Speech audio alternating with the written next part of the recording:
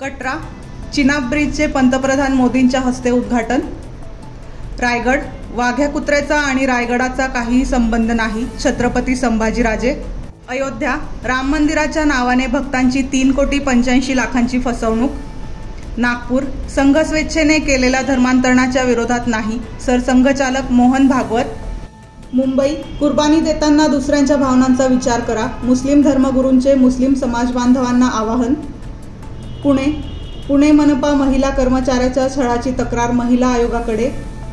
गडचिरोली मुख्यमंत्र्यांसमोर 12 नक्षलवाद्यांचे आत्मसमर्पण। मुंबई रिझर्व्ह बँकेकडून रेपो दरात 50 पॉईंटने कपात। नागपूर पेसो कार्यालय बॉम्बने उडवून देण्याची धमकी। संभाजीनगर जुन्या वादातून मित्रावर गोळीबार।